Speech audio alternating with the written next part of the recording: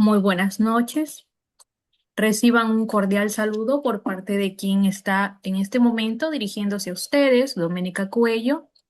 Damos la más cordial bienvenida a la Cumbre Internacional en Justicia Penal, enfocada en teoría, práctica y perspectiva de género, siendo esta la segunda jornada académica en este día.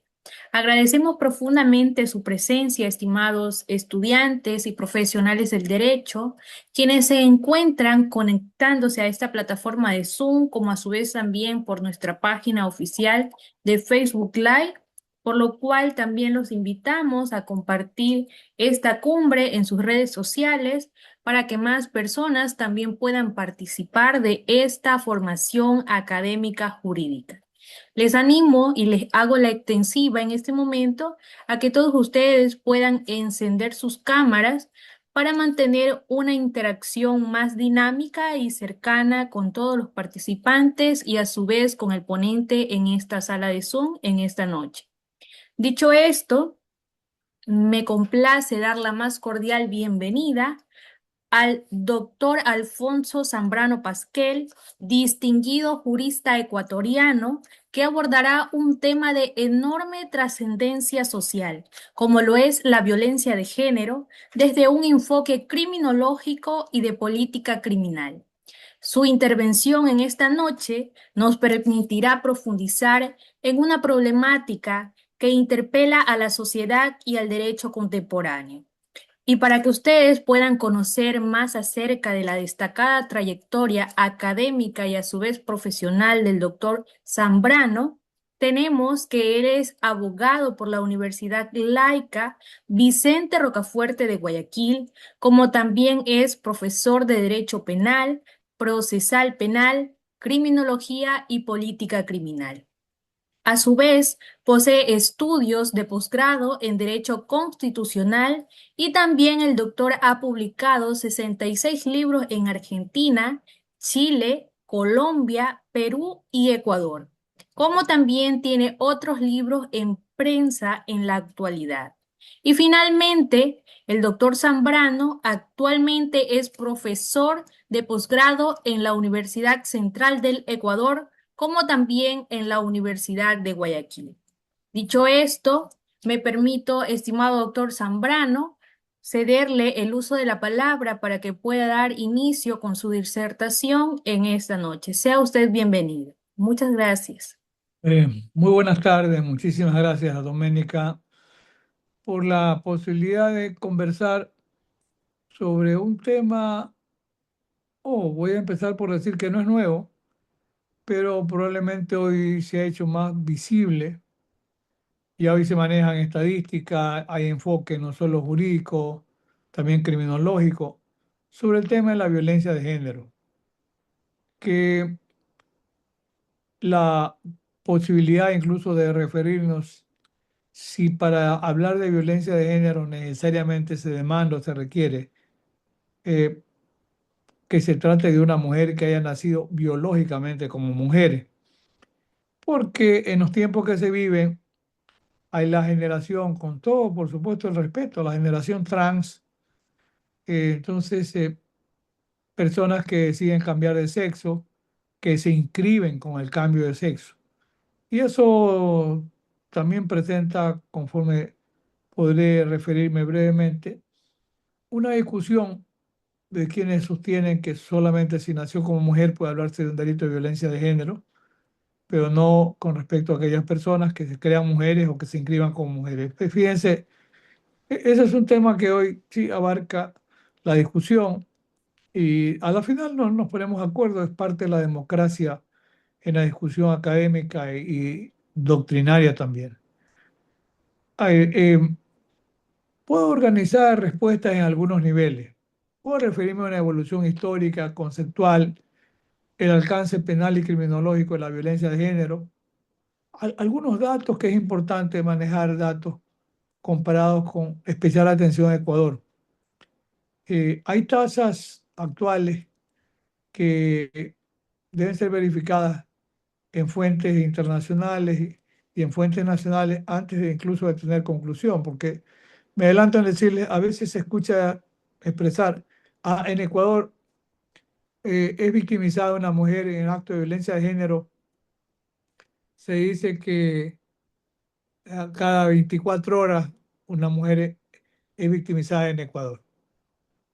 Hay registros y hay registros, pero en todo caso también el tema de las estadísticas puede prestarse a la discusión, pero bueno, el tema, la violencia de género, no es un tema nuevo, no es para consuelo, pero la violencia de género, no sé, pienso que ha existido ancestralmente.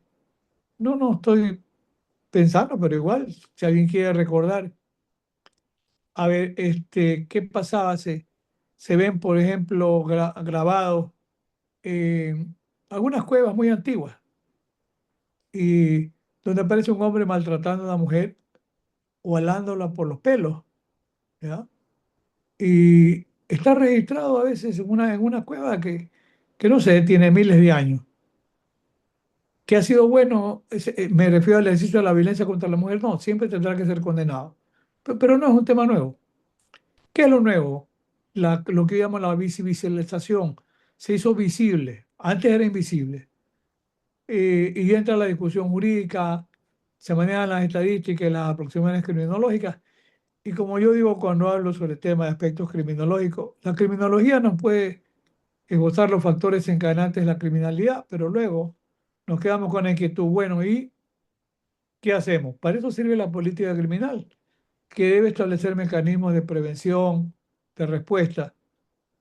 Si se dan o no en el Ecuador adecuados mecanismos, ya eso queda también para la discusión mirando casos, la impunidad, la falta de mecanismos de prevención.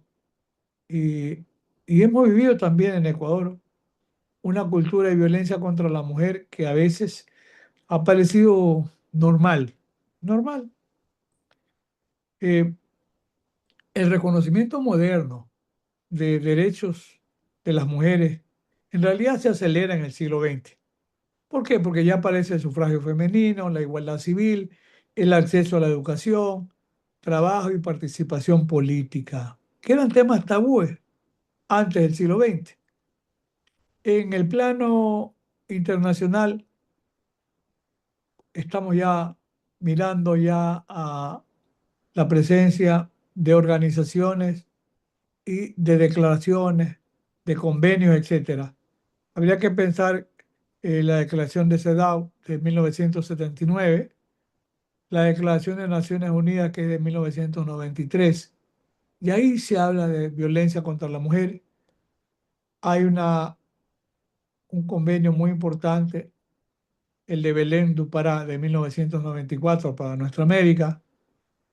Eh, Hay la declaración de Beijing de 1995 y hay un convenio de Estambul de 2011 en Europa.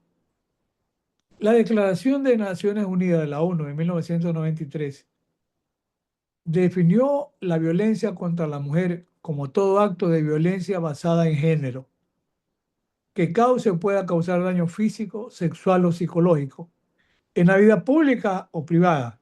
Entonces, realmente tenemos que poner como punto de residencia el año 93, cuando ya se habla de violencia de género, el ejercicio de ese compelimiento contra la mujer por su condición de mujer.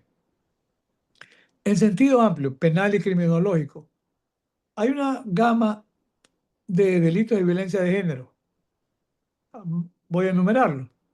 Los que pueden ser cometidos por razones de dominación, de discriminación, de subordinación, odio o estereotipo de género. Ahí entra la categoría femicidio, feminicidio, que ontológicamente sí se encuentran diferencias. En el Código Orgánico Integral Penal está la figura del femicidio, que puede ser interpretado como el ejercicio de violencia contra una mujer, que luego de esa escalada de violencia termina con la muerte. Y esa violencia es por ser mujer. Entonces puede quedar la inquietud. ¿Y qué hace la diferencia con el feminicidio? Es una concepción que alguna autora veía material, la profesora Lagarde de México, En México se comienza a hablar de feminicidio. Recuerden ustedes que ha habido actos de ejercicio de violencia contra mujeres en México. Alguna vez se decía que era el malo, el maligno, el diablo. No, de las mujeres que fueron asesinadas en Ciudad Juárez. No, no era el diablo que mataba a las mujeres. No, no. Eran asesinadas como acto de violencia incluso por organizaciones criminales vinculadas al narcotráfico. Entonces, en México ya se comienza a mirar este ejercicio de la violencia, lamentablemente, como una actividad casi normal de la vida en México. Y por eso se comienza a hablar de feminicidio. ¿Por qué? Porque una escala de violencia que atravesaba muchos espacios sociales. También como forma de violencia de género, que no solamente significa la muerte, ¿ah? Entonces podemos hablar de violencia física, violencia psicológica, violencia sexual también.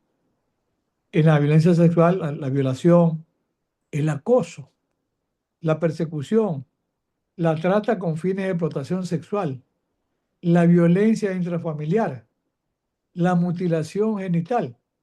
Es una práctica que yo he estado 30 años por lo menos vinculado a Amnistía Internacional y veíamos los reportes de lo que pasa en algunos sectores de la sociedad africana. Y creo que sigue pasando, que las niñas son mutiladas genitalmente. Esa práctica es un acto de violencia de género, pero por supuesto. Entonces, hay el matrimonio forzado. Tal vez cuando estamos mirando en las culturas islámicas, árabes, etcétera, se obliga a niñas pequeñas a que contraigan matrimonio. Y en los tiempos que se viven de la inteligencia artificial y más, se puede incluso admitir que hay una violencia digital. Digital. Hay amenazas, coerción e incluso privación de libertad.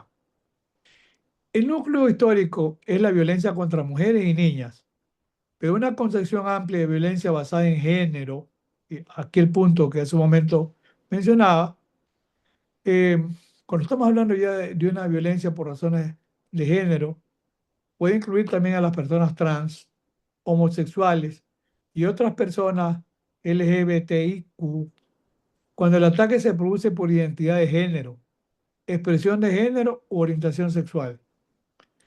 Para dejar algunas ideas, igual yo, como acostumbro, después le podré enviar a Doménica estos sinopsis que yo tengo. Eh, Uno puede saber, como decía mi amigo José Sáez Capel, presidente de la Corte de Buenos Aires, uno puede saber mucho el tema, puede haber estudiado mucho, pero yo siempre he sido enemigo de la improvisación, de manera que armar una conferencia como esta necesita, para mí, siempre por acto de responsabilidad, buscar datos, referencias, y esos datos yo los tengo y los puedo compartir, porque estoy haciendo una recopilación de temas que van a actualizar mi fundamento de derecho penal. Entonces, yo al final de Fundamentos del primer tomo, yo menciono las nuevas formas de criminalidad. Y aquí están una referencia muy breve a estas nuevas formas de criminalidad. A escala global, veamos algunas cifras. Eh, Puedo tomar cifras que son oficiales, año 2024. No, no he visto 2025, que tendrá que estar ahora publicada, pero tomo 2024. A escala global, la Organización de Naciones Unidas y la UNOPS estimaron que en el año 2024 unas 83.000 mujeres y niñas fueron asesinadas intencionalmente. No, no me refiero a que por accidente de tránsito, que es un atropello, no. Y unas 50.000 mujeres murieron a manos de parejas íntimas o familiares. Sí, también ejerce actos de violencia. Ahí es el padre, la madre, el abuelo, el hermano, la hermana. ¿Por qué no le gusta la conducta a veces sexual de la joven? Y se dan casos también de violencia familiares. Esto que en el año 2024 se consideraba, porque la cifra es muy alta, y estamos pensando a nivel global. Por eso en aquel momento se decía, 2024, aproximadamente 137 mujeres eran asesinadas al día, mujeres y niñas. ¿Qué significaba esto? Una mujer cada 10 minutos. Yo no estoy diciendo ninguna cifra para que nadie se escandalice. No, no, no. Son cifras de Naciones Unidas. Las tasas regionales de femicidio íntimo, familiar fueron, vean ustedes el número, África, el 3 por 100.000 mujeres. 3 mujeres de cada 100.000 eran asesinadas. En las Américas, 1,5 mujeres por cada 100.000. En Oceanía, 1,4 por cada 100.000 mujeres. En Asia, el nivel de violencia contra las mujeres es menor, 0,7. Es decir, ni una mujer muerta por cada 100.000 mujeres. Y en Europa, 0,5. Bueno, hay un menor nivel de violencia de acuerdo con esta cifra. Ahora vemos, en América Latina y el Caribe, la CEPAL reportó para el año 2024 al menos 3.770 femicidios, feminicidios o muertes de mujeres por razón de género en 26 países y territorios. Y aquí van los temas, al menos 11 por día. Para Ecuador, la cifra oficial reportada a CEPAL fue 85 casos en el 2024, según los datos que recoge la CEPAL. Pero nosotros escuchamos decir que hay muchas más muertes acá en Ecuador, ¿sí? Hay organizaciones de la sociedad civil, ONG, como Fundación Aldea. En el 2024 la Fundación Aldea tiene registrado, documentado, 274 feminicidios. O sea que hay una diferencia entre los rangos que oficialmente presenta el Estado ecuatoriano y lo que recogen ONG que trabajan en esta línea de levantamiento estadístico para registrar actos de violencia de género. Esa diferencia, a ver, buscamos explicaciones, metodologías distintas. El registro judicial oficial depende del tipo penal y del avance procesal. El monitoreo social incorpora muertes violentas de mujeres con indicio de violencia feminicida. Entonces, aquí viene una inquietud. Más de ocasión se dice, en Ecuador muere una mujer cada día por femicidio. Esto no coincide realmente con la cifra oficial estricta de femicidio, pero sí se aproxima cuando se habla de muertes violentas de mujeres o feminicidios en sentido amplio. Con 274 casos en el 2024, la proporción sería una mujer cada 32 horas, que es bastante. Reportes de sociedad civil y autoridades locales citaron para 2000. Ahí encontré una referencia al año 2025. Hay más muertes de mujeres por actos de violencia de género, 411 casos. O sea, cerca de una mujer cada 21 o 22 horas. Entonces, sí se acerca a ese rango de una mujer cada día por femicidio. Se dice que Ecuador no puede ubicarse con rigor en un ranking mundial único. ¿Por qué? Porque los países no miden igual el femicidio, pero en la región aparece como un país de alta preocupación. Me refiero a Ecuador, no solo por femicidio, sino por el aumento general de muertes violentas de mujeres, criminalidad organizada, impunidad, violencia intrafamiliar y debilidad de protección temprana. Esta protección temprana tendría que ver con que, con lo que yo sostengo, la necesidad de una política criminal de prevención, que la hay, lamentablemente no la hay. Como comentarios de diario de hoy en el canal que yo dirijo, La Nueva República, el tema de los niños sicarios, lamentablemente en el aeropuerto de Guayaquil no lo van a solucionar, que vamos a aumentar las penas, vamos a juzgarlos como que fueran mayores de edad. El problema es mucho más complejo. Lo que hay que evitar es que Ecuador se convierta y Guayaquil se convierta en una ciudad tan violenta como fue Medellín en época de Pablo Escobar, con 350 muertes violentas por cada 100.000 habitantes. Hoy Medellín tiene 14 muertes violentas por 100.000 habitantes, menos que el resto de Colombia, que tiene una media de 22. Pero esa es la preocupación, por ejemplo, con el caso de los niños sicarios. Yo digo, no, a ver, hoy venía recién de una entrevista y decía, no, no, no es que esos niños eh, nacieron para matar. No, no, no, no. Es una perversidad decir eso. Lamentablemente, sí, fueron entrenados para matar. Eso es otra cosa. Pero dejo el tema de los jóvenes sicarios. El, ¿Qué es lo que yo pienso? ¿Qué sostengo? Pienso que debe haber una respuesta doble. Primero, cultura y educación.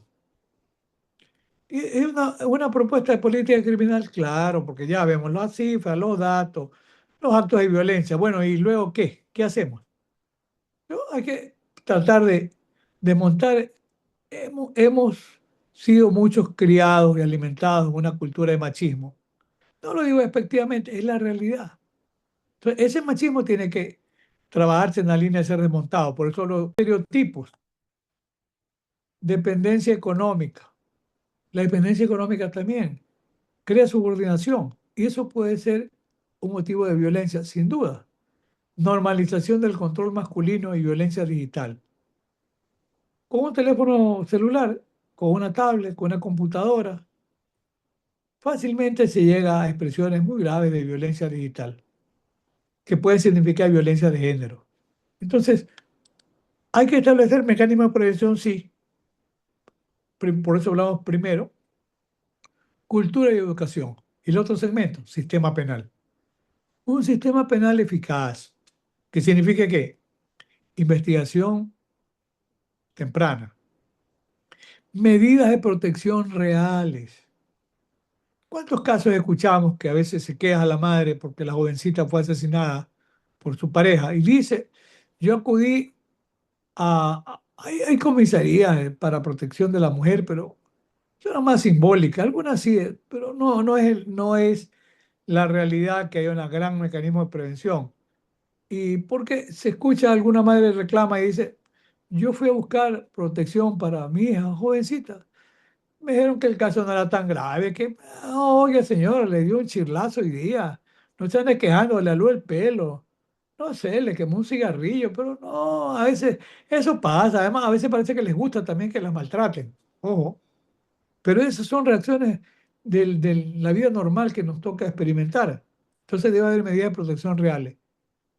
Un tema importante, unidades especializadas. ¿Hay unidades especializadas? No las hay, pues, no las hay. Entonces, y eso sí es importante. Unidades especializadas permiten valorar el riesgo. La prisión preventiva debe ser importante cuando exista peligro concreto. Entonces, ahí sí se vuelve la prisión preventiva en una herramienta de política criminal útil. Y ya cuando vamos a un proceso penal debe haber sanción oportuna y además reparación a los hijos huérfanos. El Estado se preocupa. O, insisto, yo no estoy hablando de este gobierno, hablo del Estado. Pasan los gobiernos, el Estado permanece. Entonces, no hay esta política de prevención.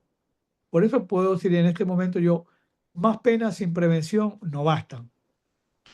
Prevención sin justicia tampoco. La impunidad alimenta la repetición criminal. La política criminal moderna que yo sugiero y propongo debe ser integral. ¿En qué sentido? Educación desde la infancia. El niño y la niña deben saber que la violencia no es buena. Y el niño debe ser educado, el varoncito, que no tiene por qué maltratar a su hermanita porque es mujercita. No. Pero entonces hay educación desde la infancia.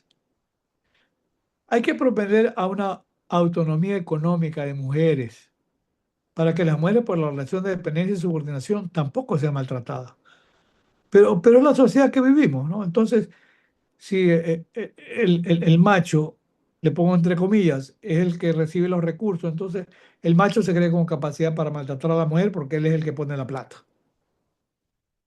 Debe haber lugares que sirvan como refugio para mujeres maltratadas, pero claro, por ahí hay alguna ONG que pretende ayudar. Yo no digo que no es importante la ayuda, pero deben haber verdaderos refugios para las mujeres maltratadas.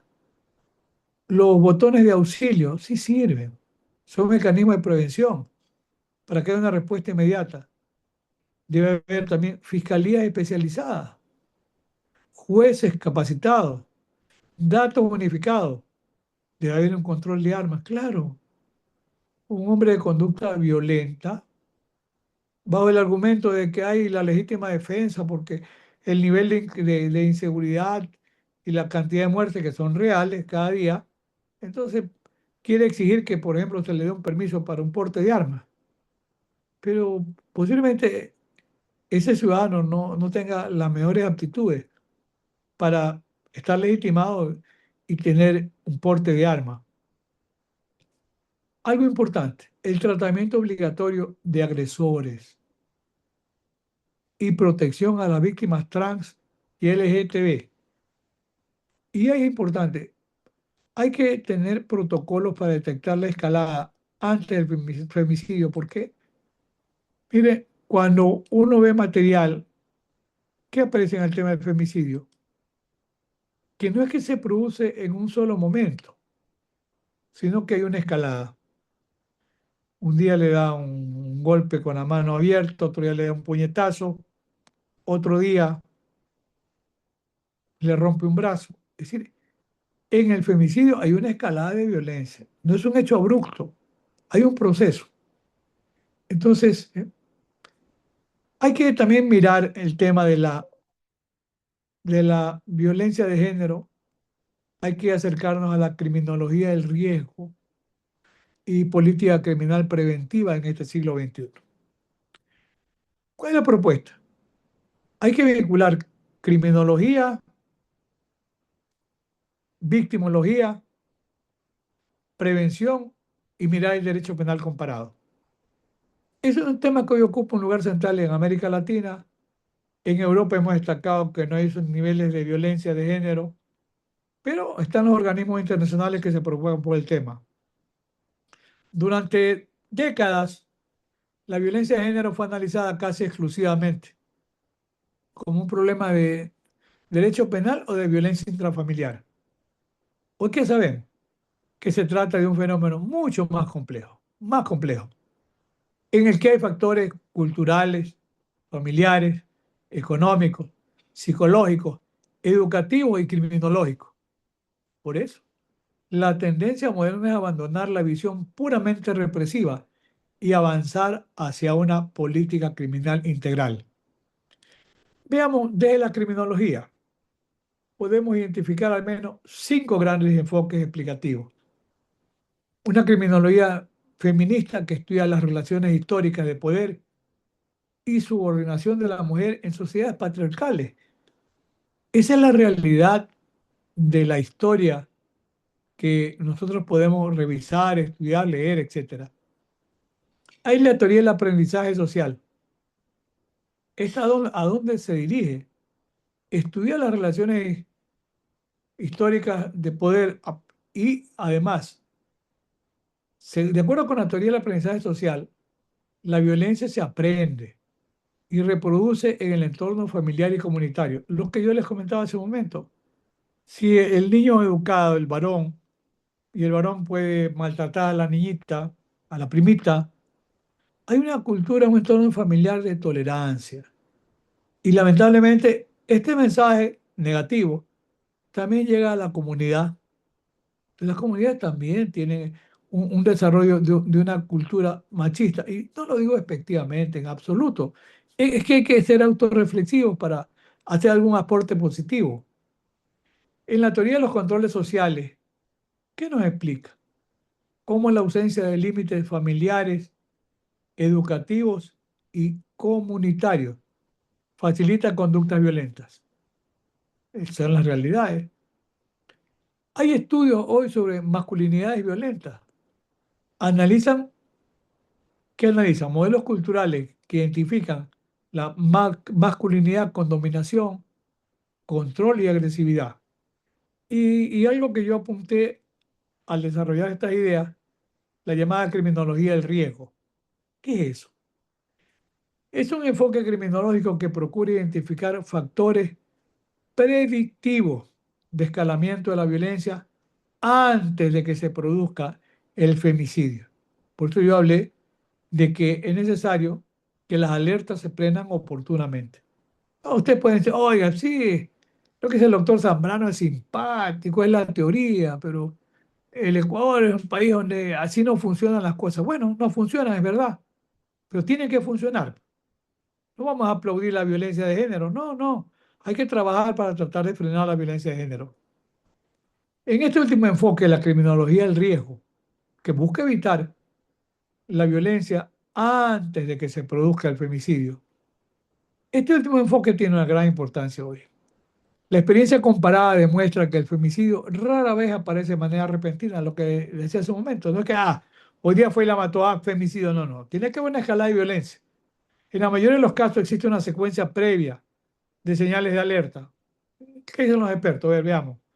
Amenazas reiteradas, violencia psicológica, control económico, aislamiento de la víctima, acoso o seguimiento. Sí, hay hombres que a las mujeres las encierran, las tienen como presas en la casa, no las dejan salir. Otros que las acosan, las persiguen. Agresiones físicas previas son una señal, son alertas. Cuando se consiguen las medidas de protección, no las cumple. Esa es otra alerta. ¿Por qué? Porque a la final el hombre está medio picado, embroncado. Me fuiste a joder, ¿no? Cualquier día puede llegar una agresión más fuerte y ojalá que nunca una mayor. El acceso del agresor a armas no es lo recomendable. Y cuando hay amenazas de muerte o de suicidio, muerte o suicidio, no es tan sencillo a ir a una gran respuesta. ¿Qué pasa si una mujer se suicida a consecuencia de el ejercicio de los actos de violencia? Puede culparse a- al cónyuge, a la pareja, por la muerte. Es una buena discusión. Yo he estudiado toda mi vida algunos ejercicios de violencia psicológica y uno ha sido antes de hablar del femicidio. El tema es si esa serie de conductas de violencia pueden llevar a que una persona decida suicidarse. Algún momento yo leía un clásico como Carrara y he visto párrafos en alguna vez se llegaba a decir, claro, de los años 1890, bueno, no hay una inducción para que se suicide, es problema de ella si se quiere matar. Ya. Pero ojo, hay un proceso desencadenante de violencia. Y es un tema interesante para los estudiosos. Espero que aquí haya más de uno. Pónganse a estudiar, a revisar y ver hasta dónde se puede construir una hipótesis con esta idea. La política criminal moderna, ¿a dónde debe orientarse? Hacia la prevención del riesgo letal, más que a la mera reacción posterior al homicidio consumado. Está muerta, ya está muerta, sí, pero hay que tratar de ir en mecanismos de prevención de ese riesgo. Un aspecto que merece reflexión académica, el tema que hace un momento les di así, muy rápido, es la discusión sobre la expansión conceptual de la violencia de género. ¿Dónde voy? Inicialmente el concepto estuvo vinculado a la violencia ejercida contra mujeres por su condición de mujeres. Sin embargo, en diversos ordenamientos europeos y latinoamericanos, se ha ampliado para abarcar agresiones motivadas por identidad de género u orientación sexual, incorporando a personas transgénero y a integrantes colectivos LGBTIQ. Aquí está un interesante debate. Se lo dejo para que ustedes lo puedan discutir, lo puedan debatir. No se ponen de acuerdo, pero bueno, van a defender posiciones. Este debate dogmático es atractivo, hasta para investigar y que hacer un trabajo. Una posición sostiene que el femicidio debe reservarse exclusivamente para la muerte de una mujer por razones de dominación machista. Mujeres. Otra posición propone incluir a mujeres trans legalmente reconocidas como mujeres, porque van y se inscriben en el registro civil y ya no es Pepito, ahora es la Pepita. Bueno, está inscrita en esa condición.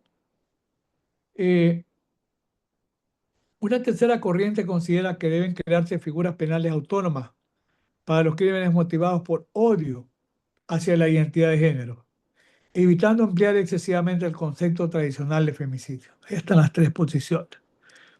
Este es un debate que está abierto en la doctrina penal comparada y calculamos que ya viene teniendo un gran desarrollo y va a tener más desarrollo en los próximos años. Finalmente, desde la política criminal considero que uno de los mayores desafíos actuales consiste en evitar, destaco, dos errores opuestos. Dos errores opuestos. igual que con el tema de los niños sicarios. Creer que todo se resuelve aumentando penas. Vamos a 80 años al femicidio, 100 años. No. Creer que todo se resuelve mediante programas educativos. Entonces viene de pronto alguna vez una buena ministra, una socióloga, y bueno, vamos a crear programas educativos ya, con los mejores expertos del mundo y creamos protocolos y todo. La experiencia comparada demuestra que los mejores resultados aparecen cuando. ¿Cuándo hay los mejores resultados? Se combinan, uno, educación en igualdad y resolución pacífica de conflictos. Dos, protección efectiva de las víctimas. Tres, intervención temprana frente a factores de riesgo. A tiempo, no cuando ya es cadáver. Cuatro, tratamiento especializado de agresores. Que eso no hay, no tenemos en el medio. No sé si en la periferia son un continente pobre en su mayoría los países, si hay tratamiento especializado para agresores. Cinco, una investigación eficiente. Seis, sanción proporcional y oportuna. Y esta investigación eficiente, hay protocolos como los de Maryland para, e incluso para actos de violencia de género. Al final me voy a referir brevemente al tema, eh, pero en lo que estoy enfocado, en otras palabras, la verdadera política criminal contra la violencia de género debe ser simultáneamente, preventiva, ¿sí? Evitar, protectora, proteger, y represiva, sancionar, sin caer ni en el simbolismo penal, ese derecho penal simbólico que decía el gran jurista alemán Wilfried Hassemer, pero tampoco en impunidad, tampoco en impunidad. Esta violencia de género, criminología del riesgo y política criminal preventiva en el siglo XXI, vinculando criminología, victimología, prevención y derecho penal comparado, es un tema que hoy ocupa un lugar central en América Latina, en Europa y en los organismos internacionales. Eh, Voy a concluir refiriéndome a lo que sucedió con la muerte de la activista en la provincia de Santa Elena, Silva, Verónica Silva me parece, de nacionalidad polaca. Ella venía siendo víctima de actos de violencia de género, denuncias, acoso. Incluso ahora sabemos que en algún momento dado, porque era una mujer valiente, eh, el Contralor General del Estado le enderezó una querella por injurias, por ofensas. Y recordemos, ¿verdad?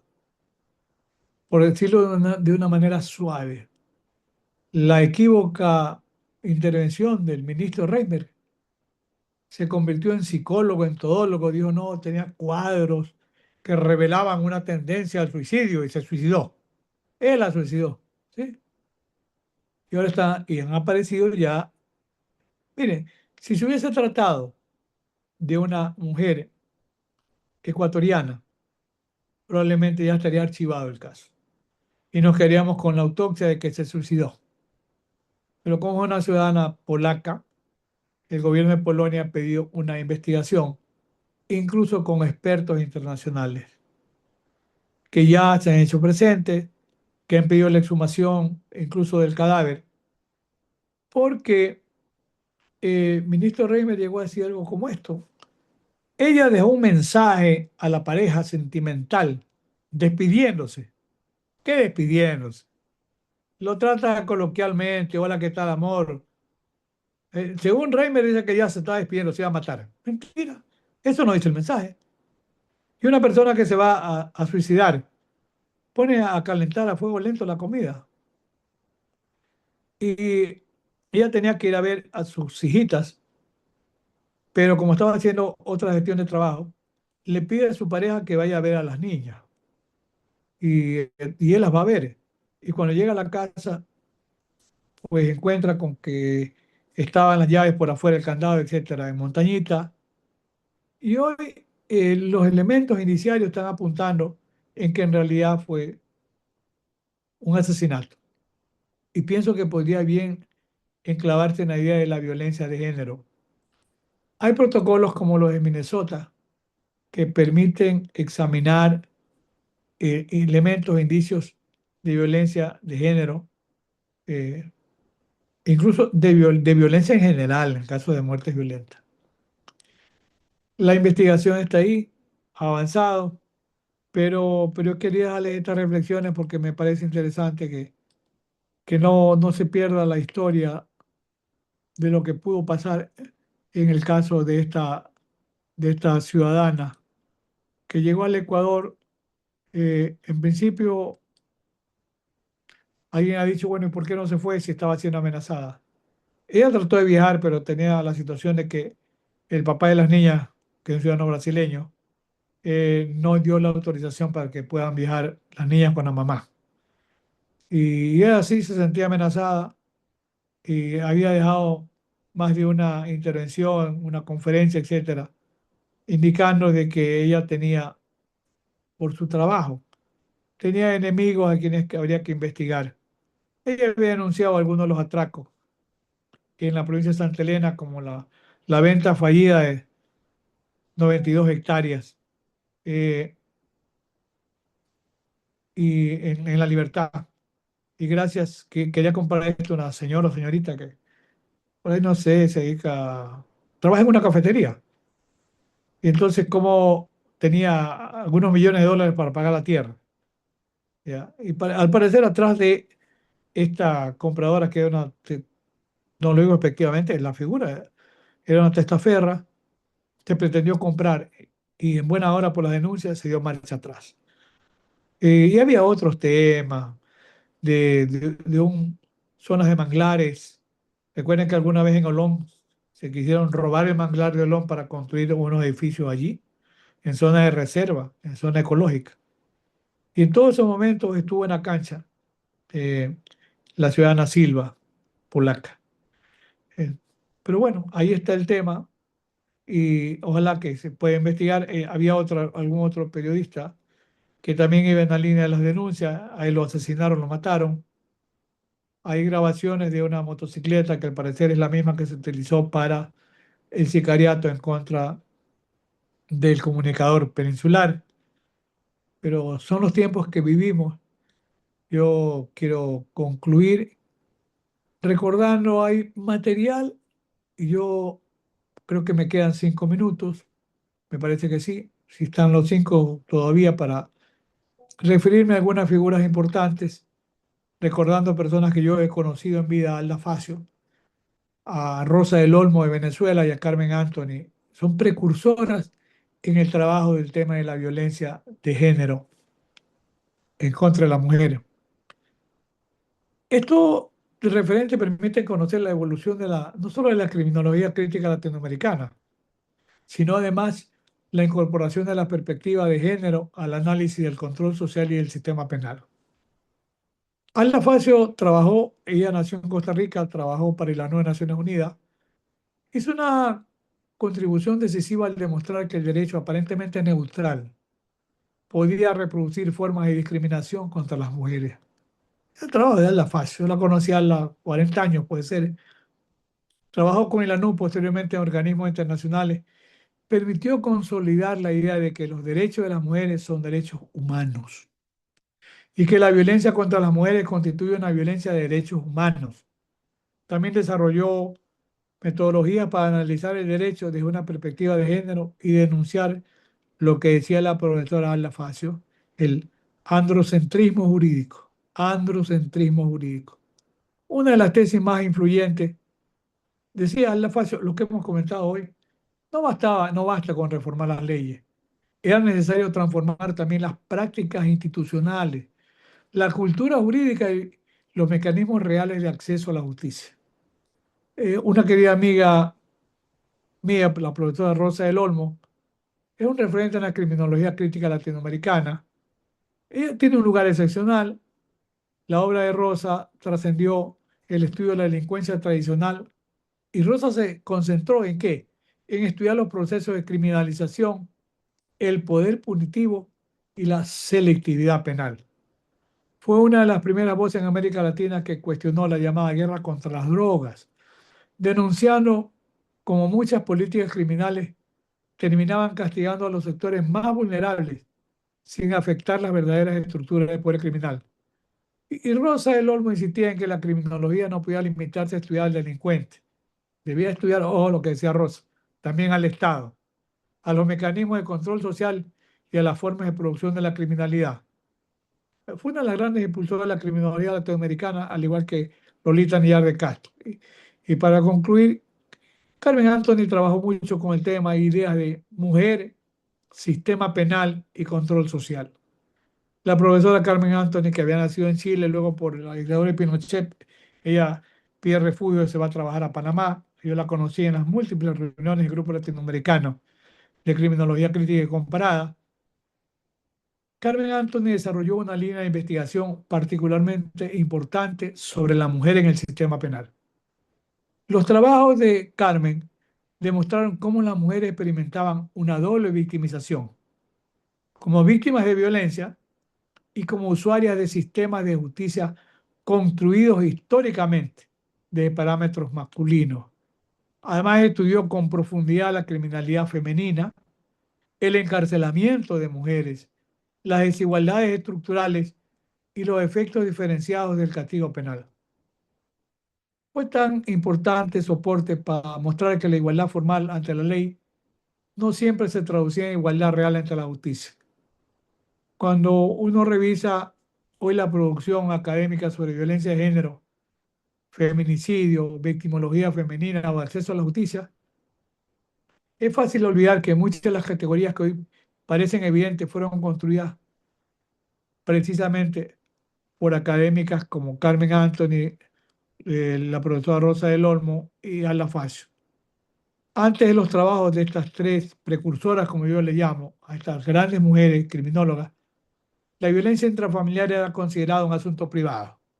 No tiene, no, allá se dan golpes, allá nadie tiene por qué meterse en la vida privada. Y la violencia sexual era frecuentemente invisibilizada. El sistema penal rara vez era analizado desde la experiencia de las mujeres. La victimología tenía un marcado sesgo masculino. Gracias a esta generación de mujeres, la criminología latinoamericana comenzó a preguntarse no solo quién delinque, sino también quién ejerce el poder punitivo, quiénes son las víctimas invisibles, qué grupos sufren discriminación estructural y cómo el derecho puede convertirse en instrumento de emancipación y no solamente de control. Una reflexión final. Quienes tuvimos la oportunidad de conocer personalmente a figuras como Alda Faz, Rosa del Olmo, Carmen Anthony, fuimos testigos de una etapa particularmente fértil de la criminología latinoamericana. Sí, también Lolita Nayar de Castro, a quien yo quería muchísimo también. Pero aquella generación logró algo extraordinario, incorporar a la criminología temas que antes eran considerados ajenos a ella, como los derechos humanos, la condición de la mujer, la violencia de género, la exclusión social y la crítica al poder punitivo. Me parece justo añadir que en Ecuador, desde otra perspectiva, pero también crítica, yo he contribuido de alguna manera durante décadas al debate sobre política criminal, garantismo, sistema penal, delincuencia organizada y derechos fundamentales, formando parte de esa tradición latinoamericana que entiende, y así entendemos, que la criminología debe servir para comprender y transformar la realidad, no únicamente para describirla. Es un patrimonio intelectual de nuestra región que merece ser preservado y estudiado por las nuevas generaciones de juristas y criminólogos. Todo el aporte de estas grandes mujeres criminólogas. A ustedes, muchísimas gracias por su tiempo, por su bondad en escucharme. Y me ha parecido de aporte significativo lo que yo he podido exponer y me comprometo a Doménica a enviarles estos tips que yo tengo y con los que he podido desarrollar esta conferencia. Muchísimas gracias nuevamente. Muchísimas gracias a usted, doctor Alfonso. Muy bien, estimados participantes. En este momento vamos a abrir un pequeño espacio para que ustedes puedan realizar sus respectivas consultas o preguntas al doctor Alfonso en este momento. Los invitamos a levantar su mano virtual para poderles ir dando paso de acuerdo a cómo ustedes vayan interactuando. Muy bien, en este caso vamos a habilitarle el audio a la abogada Belén Suárez para que pueda realizar su pregunta. Muy buenas noches, doctor Alfonso Zambrano. Un gusto haberlo escuchado. Siempre oportuno en este tipo de cátedras, ¿no? Yo tengo una pregunta, más que pregunta, también como para soltar un poco la idea. Ahora en el Ecuador hay dos dichosos manuales de prevención de la violencia de género, que son ocupados en diversas instituciones públicas, como por ejemplo puede ser la Policía Nacional, el Ministerio de Salud, cuando existe algún tipo de presunción de algún tipo de violencia dentro de esto, de género, ¿no? Pero es muy, para mi forma de ver, ¿no? Es muy ineficiente, porque, porque el momento que pasa algún tipo de agresión hacia alguna mujer, lo primero que tú vas es a la policía, ¿no es cierto? Y dices, bueno, sabe que eso está pasando, pero ¿qué dice la policía? No es que tiene que haber la denuncia pertinente. Entonces, ¿para qué tenemos el manual que se incorporó ya dentro de la legislación para poder prevenir? Ahora, por ejemplo, dice que podemos ir a entidades, el manual habla que podemos ir a comisarías, a centros como por ejemplo el de protección de derechos, que son de los municipios. Pero ¿qué te otorgan ahí? Solamente puede ser una boleta de auxilio. Y después, si es que ven un tipo penal o ven algún tipo de delito, te mandan ya a la fiscalía, te llevan a la fiscalía o a su vez a la unidad de violencia. Entonces, yo quisiera saber usted qué opina al respecto de este manual o cómo sería la debida eh, pertinencia para ocuparlo en el momento que ocurra un delito flagrante dentro de un delito de violencia de género. Gracias. Bueno, usted ha dado en la reflexión, ha dado la respuesta. Hay manuales, pero que no se cumplen. Entonces, no hay una cultura de prevención, de política criminal preventiva. No se admite lo que significa esto que hemos ahora conversado, la criminología del riesgo. Entonces, las medidas cautelares funcionan poco, tarde y a veces nunca. Y es lamentable, o sea, que puedo decir que puede tener 10 manuales, pero los manuales no los cumple, sirve para nada. Esto cuando hablamos de un código, decía mi amigo Julio Mayer, el argentino, un código es una herramienta de trabajo, un manual es una herramienta de trabajo, un protocolo es una herramienta de trabajo, pero sin buenos operadores, ni el código, ni el manual, ni el protocolo van a servir realmente. Y es lamentable y penoso incluso cuántas mujeres están hoy al frente de importantes carteras en la administración pública. La ministra de Gobierno es mujer y alguna vez conversará con la policía para decirle, bueno, ustedes no están atendiendo estos actos de violencia de género. Tal vez allí la sociedad civil, las organizaciones como Aldea, eh, debieran activarse de mejor manera para hacer formales reclamos a la ministra. Oiga, usted es hasta mujer, pero la policía no atiende. Es decir, la voz de alerta tiene que ser temprana, la voz de protesta también. Y, y hay que encontrar espacios para poder hacerse escuchar. Pero también los espacios a veces son reducidos o simplemente no nos paran bola. Entonces, el problema ahí sí es del señor Estado, con protocolo, con manuales, con código, aumento de pena. No hay una política criminal preventiva y lo que hay es cada día una mayor impunidad en el tema de la violencia de género contra la mujer. Muchas gracias, estimado doctor Alfonso, por dar respuesta a la participante. En este momento también vamos a habilitar a la participante Ángela su audio para que pueda realizar su pregunta.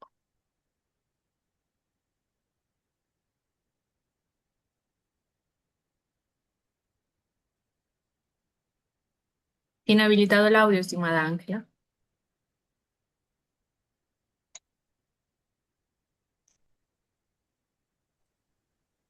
Muy buenas noches. Hola. Buenas Bueno, noches. no sé. Vamos, ¿Cómo estimada. están? Muy buenas noches. Me identifico. Soy estudiante de Derecho de la Universidad Bolivariana del Ecuador. He asistido a estas ponencias un gran interés en los temas que se han versado la tarde de hoy. Yo quisiera retomar un poco lo que acaba de decir el estimado con respecto a que el Estado tiene esa responsabilidad y centrarme en el aspecto de la Asamblea Nacional. Como es de conocimiento público, en los últimos días también, en una sesión que fue llamado, justamente retomo el nombre del ministro Reinberg, a una interpelación, justamente quienes tienen en sus competencias no solo legislar y fiscalizar, sino también promover el derecho, el respeto a los derechos consagrados en la Constitución. Podemos observar que sus líderes y autoridades, en la mayoría de sus acciones, y en especial hombres, muestran conductas y expresiones de violencia de género. Son protagonizadas en público por muchos asambleístas, tanto dentro como fuera del Pleno. Y considerando el impacto que estas conductas tienen en la institucionalidad democrática, cómo nosotros podemos fortalecer o en todo caso dar mayor eh, sanción a estos comportamientos o corrección, si se podría decir, dirigida específicamente a estos referentes políticos que en su responsabilidad lo que están haciendo es totalmente lo contrario. Esa es mi pregunta. Bueno, a ver, la mala actuación de la Asamblea tiene que ver con malos asambleístas y la responsabilidad de quienes los eligieron, sin duda que es notoria. Eligieron a esos malos asambleístas. Y lo que dice usted en cuanto al ejercicio de actos de violencia de género contra mujeres, también es verdad. Claro, salvo que hay algunas mujeres que no se dejan y entonces reaccionan con todo derecho para replicar una ofensa o un acto de violencia de género por cualquier medio, por medios digitales, lo que fuese, con mueca, con gesto, con la mano, con el brazo, con lo que sea. Pero no todas las mujeres están en condiciones de reaccionar de inmediato. Y cuando ha habido denuncias, las denuncias no pasan el filtro porque como hay comisiones que tienen que encargarse de este tema, entonces también dentro de la Asamblea hay un ámbito de impunidad cuando se trata de denuncias de actos de violencia de género contra algunos asambleístas, eh, hombres y también mujeres, porque hay mujeres asambleístas que ejercen actos de violencia contra otras mujeres. Pero no es el derecho del asambleísta al debate político, así, pues eso es una cosa. Y el ejercicio de la violencia de género es otra. Pero veamos la otra lectura, cómo la violencia de género se convierte en un instrumento político. ¿A dónde voy?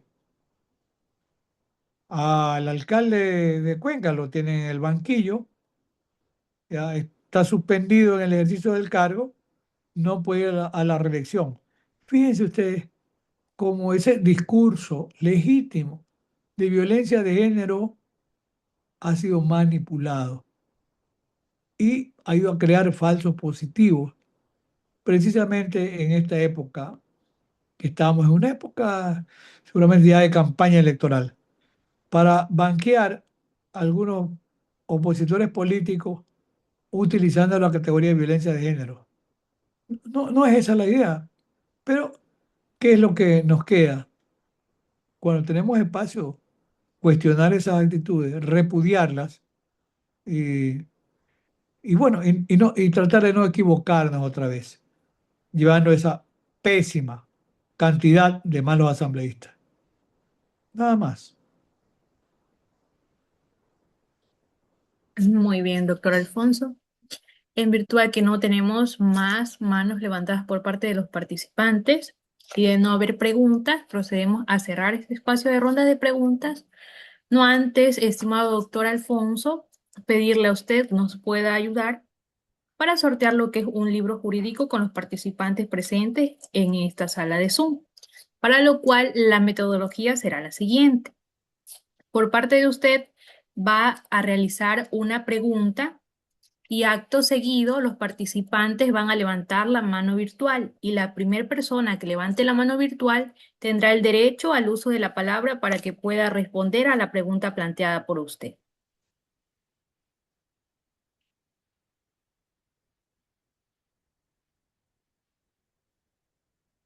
Bueno, ¿usted quiere que realice de una vez la pregunta? Sí, correcto, doctor. Bueno, la pregunta es si existe en el Ecuador una justicia penal especializada para prevenir y para sancionar actos de violencia de género. Perfecto. El primer participante en levantar la mano ha sido el abogado Carlos Iván. Por favor, para que dé respuesta a la pregunta planteada por el doctor. Muy buenas noches, estimado doctor. Buenas noches. Eh, Primeramente felicitándole por la excelente ponencia. Puedo manifestar que en nuestro país, bueno, haciendo un poquito de un preámbulo de lo que usted mencionaba, para dar contestación a su respuesta, estamos viviendo una inseguridad totalmente dentro de nuestro país y no se diga que se vulnera la seguridad jurídica dentro de todos los ámbitos. Como usted mencionaba, de parte del gobierno central, donde están pescando a río revuelto y siguiendo procesos, no se diga lo que pasó con el alcalde de Guayaquil y ahora con el de Cuenca, yendo por ese camino, pero es algo alarmante, preocupante a todos nosotros como profesionales que se vulnera y no tenemos herramientas para poder aplicar porque prácticamente los jueces y los tribunales están sesgados o están presionados a cumplir lo que el gobierno exige de ellos. Entonces, y yendo a la pregunta, podemos saber y conocer que no tenemos una especialistas dentro de los juzgados o dentro de los encargados de hacer justicia porque verdaderamente, como le manifiesto y se ha dicho dentro de todas las instancias, es de que el poder de las decisiones que tiene ahorita el gobierno o el poder que tienen determinados políticos hacen que la justicia sea una tabla rasa. Y eso es muy lamentable hoy por hoy. Yo como profesional del derecho a libre ejercicio puedo darme cuenta y he manejado yo lo que es los consejos cantonales de protección de derechos en un municipio, en un GAT municipal, donde nosotros manejábamos ese tema y coordinábamos con las, digamos, las unidades judiciales y no se ha podido hacer que determinados vulneradores de lo que es el derecho de las mujeres, en este caso de los grupos de atención prioritaria, hayan sido legalmente sancionados, han vulnerado muchas de las veces ese tipo de derechos que tienen, vuelvo y reitero, los grupos de atención prioritaria, mi estimado doctor. ¿Eh? Muchísimas gracias. Por favor, doctor Alfonso, ¿podría indicarnos si la respuesta es correcta a la pregunta realizada por usted? Sí, sí, totalmente correcto. Perfecto. En este caso, estimado abogado Carlos, lo invitamos a que si usted se encuentra participando dentro del grupo de WhatsApp de esta cumbre, por favor le escriba a las administradoras del grupo para poder coordinar el envío y entrega de su libro. Eh, Primeramente quisiera agradecer, no sé cómo estaría dentro del WhatsApp, porque hoy mismo entré en un WhatsApp que tengo de derecho, en un derecho, dice en un grupo que tengo de derecho de Ecuador, ahí pude ingresar y vi que había la ponencia del doctor Alfonso Zambrano Pasquiel y sabiendo y conociendo de todas las cualidades del doctor, opté por ingresar a este Zoom. No sé cómo podría agregarme usted a ese grupo de WhatsApp para continuar con este tipo de capacitaciones. Le Perfecto. agradecería mucho. Sí, sí, no se preocupe. Por favor, le agradecería si nos puede dejar en el chat de aquí de la plataforma de Zoom su contacto para poder nosotros contactarnos con usted de forma interna. Inmediatamente pongo yo mi número de WhatsApp y agradeciéndoles una vez más por haber participado, permitido participar en estos eventos que son de mucha trascendencia. Muy bien, muchísimas gracias. Continuando, estimado doctor Alfonso, queremos expresarle nuestro agradecimiento y también nuestro reconocimiento por su valiosa clase en esta noche que ha podido compartir con todos nosotros. Su análisis sobre la violencia de género ha enriquecido profundamente este espacio académico y jurídico. Le agradecemos por su generosidad al compartir su tiempo, su experiencia y sus conocimientos. Es así que esperamos contar nuevamente con su participación como ponente en futuros encuentros académicos que estemos realizando para poder así seguir fortaleciendo la academia jurídica en nuestro país. Muchas gracias, estimado doctor Alfonso. A usted y buenas noches a todas y a todos. Igualmente, doctor, muchas gracias. Muy bien. Estimados participantes, en este momento, mediante el chat de Zoom, voy a proceder a compartir el enlace de asistencia para que todos ustedes puedan registrar la misma, es decir, su participación en esta noche. También, estimados participantes, les voy a hacer la extensiva invitación a esta cumbre internacional que se está dando en justicia penal, la cual se está manejando de forma híbrida, siendo así que el día de hoy, 24 de junio, se ha desarrollado de forma virtual. Sin embargo, este viernes 26 de junio será de forma presencial en la ciudad de Quito. Cabe indicar que vamos a tener y contar con la participación de distinguidos ponentes, docentes del derecho, que nos acompañarán desde el vecino país de Perú y a su vez también nuestros ponentes de Ecuador. También indicarles que el evento es completamente con acceso gratuito, es decir, ustedes pueden ir acompañados de estudiantes, sus compañeros, estudiantes o a su vez colegas profesionales del derecho. Queda extendida y abierta la invitación para que todos ustedes puedan asistir este viernes a partir de las 9 de la mañana. El lugar u ubicación va a ser en la Academia Ecuatoriana de la Lengua en la ciudad de Quito. Quedan cordialmente invitados y les esperamos este día viernes, como vuelvo y digo, a partir de las 9 de la mañana. Muchas gracias, estimados participantes. Que tengan una excelente noche.